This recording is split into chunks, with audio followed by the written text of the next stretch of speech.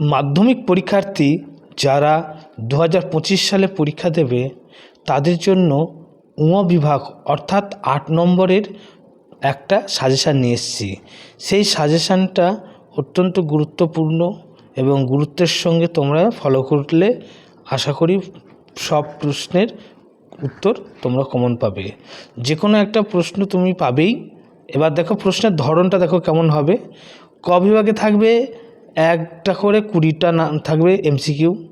হ্যাঁ, খ বিভাগে থাকবে 1 গণিত 16টি থাকবে।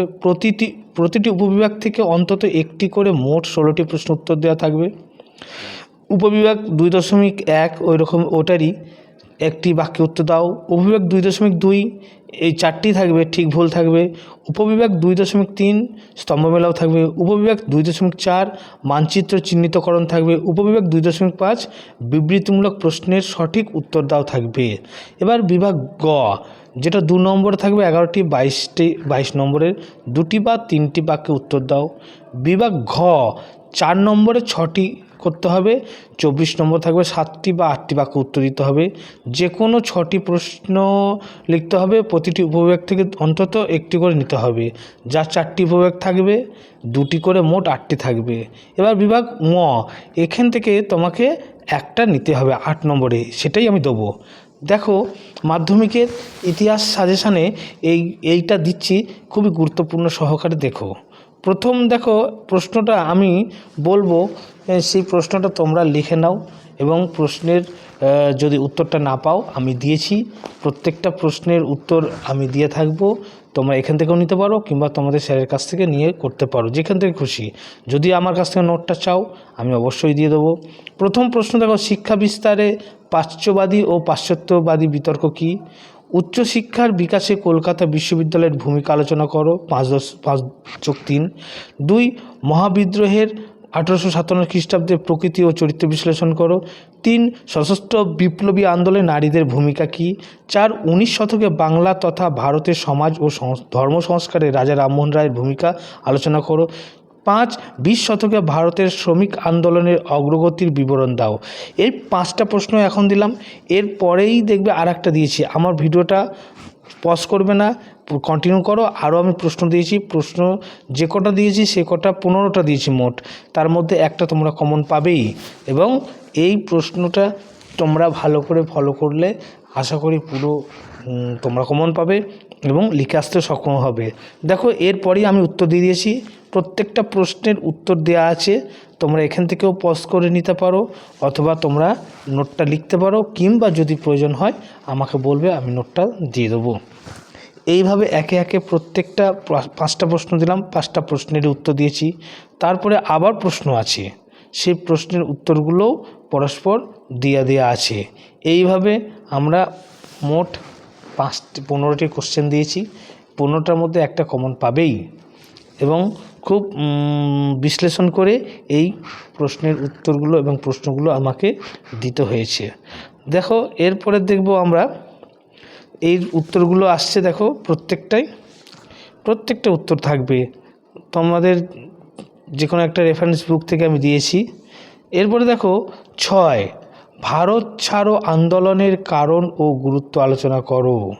এটাও বিভাগের মধ্যে থেকে। হ্যাঁ। নাম্বার 7 19 শতকে বাংলায় কারিগরি শিক্ষার বিকাশ সম্পর্কে আলোচনা করো। নাম্বার 8 আনন্দমঠ উপন্যাসের মধ্য দিয়ে কিভাবে জাতীয়তাবাদের রূপ প্রস্ফুটিত হয়েছে অথবা জাতীয়তাবাদী বিকাশে বঙ্কিমচন্দ্র চট্টোপাধ্যায়ের ভূমিকা। 9 19 শতকে বাংলায় নীল বিদ্রোহের প্রধান কারণগুলি আলোচনা করো। নাম্বার 10 সন্ন্যাসী ও ফকির বিদ্রোহের ঐতিহাসিক তাৎপর্য কী ছিল? এই বিদ্রোহ ও ব্যর্থ হয়েছিল কেন? এটা 5+3 হিসেবে থাকবে। দেখো এখানেও আমি 5টা কোশ্চেন দিলাম, তাহলে আগে 5টা দিলাম, এখন 5টা দিলাম, মোট 10টা দিলাম। এরপরে আরও 5টা আছে। এই 5টা কোশ্চেনের পরস্পর উত্তর দেওয়া থাকে। এই দেখো এই উত্তরগুলো দেখো, আমি দেখে নাও। এবার দেখেছো এই প্রশ্নের উত্তরটা, এরপরে পরের প্রশ্নের উত্তরটা দেখতে পাবে। এই দেখো তারপরে দ্বিতীয় উত্তরটা দেখতে পেয়েছো।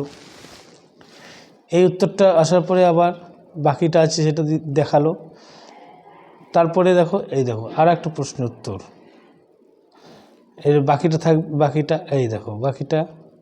এরপরে আবার পরের প্রশ্নের উত্তর এই দেখো, এবার বাকিটা এই দেখো।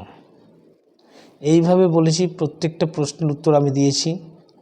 এরপরে লাস্ট যে প্রশ্নগুলো দিচ্ছি এটার উত্তরগুলো দেওয়া আছে। দেখো 11 নম্বর, রবীন্দ্রনাথ ঠাকুরের শিক্ষা চিন্তা অথবা শিক্ষা ভাবনায় মানুষ সম্পর্কে কী দৃষ্টিভঙ্গি ছিল?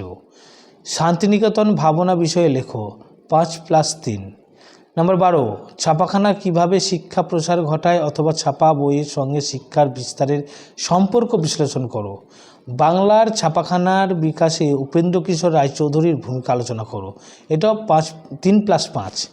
নম্বর 13, প্রকৃতি মানুষ ও শিক্ষার সমন্বয় বিষয়ে রবীন্দ্রনাথের চিন্তার সংক্ষিপ্ত পরিচয় দাও। নম্বর 14, বঙ্গভঙ্গ বিরোধী আন্দোলনে নারী সমাজ কিভাবে অংশগ্রহণ করেছিল, তাদের সীমাবদ্ধতা কী ছিল? 5+3। নম্বর 15, সাঁওতাল বিদ্রোহের কারণ ও ফলাফল আলোচনা করো। এটা দেখো 4+4 হিসেবে আছে। তাহলে বিভিন্ন রকমের হতে পারে, এটা আবার 3+5 হতে পারে অথবা 5+3 হতে পারে। বিভিন্ন রকমের তোমাদের কোশ্চেন প্যাটার্নের নাম্বার দিতে পারে। এই যে 15খানা প্রশ্ন দিলাম মোট, সেখান থেকে তোমরা একটা বিভাগ থেকে অর্থাৎ 8 নম্বরের তোমরা অবশ্যই কমন পাবে। এবার এই প্রশ্নের উত্তরগুলোও আমি দিয়ে দিয়েছি, দেখে নাও, পরস্পর করে দেওয়া আছে। তোমরা নিজেরাও লিখতে পারো, কারো কাছ থেকে নিয়ে লিখতে পারো, অথবা এটা ফলো করতে পারো, কিংবা নোট আমি দিইনি, যদি প্রয়োজন পড়ে আমাকে বলতে পারো। দেখো পরস্পর আমার এই নোটগুলো উত্তরগুলো দেওয়া আছে, তোমরা এইটাকে পজ করতে পারো অথবা স্ক্রিনশট মারতে পারো। স্ক্রিনশট মেরে তারপরে জুম ইন করে দেখতে পারো। দেখো পরস্পর দেওয়া আছে। এরপরের উত্তরটা এই দেখো বাকিটা। এরপরে পরের প্রশ্নের উত্তর আসবে, দেখেছো পরের প্রশ্নের উত্তরটা। এরপরে একটা একটা করে প্রত্যেকটার উত্তর দেওয়া আছে, যাতে করে তোমাদের খুঁজতে অসুবিধা না হয় এবং প্রশ্নের উত্তর বুঝতে অসুবিধা না হয়, তার জন্য এটা ভালো করে ফলো করবে। ধন্যবাদ।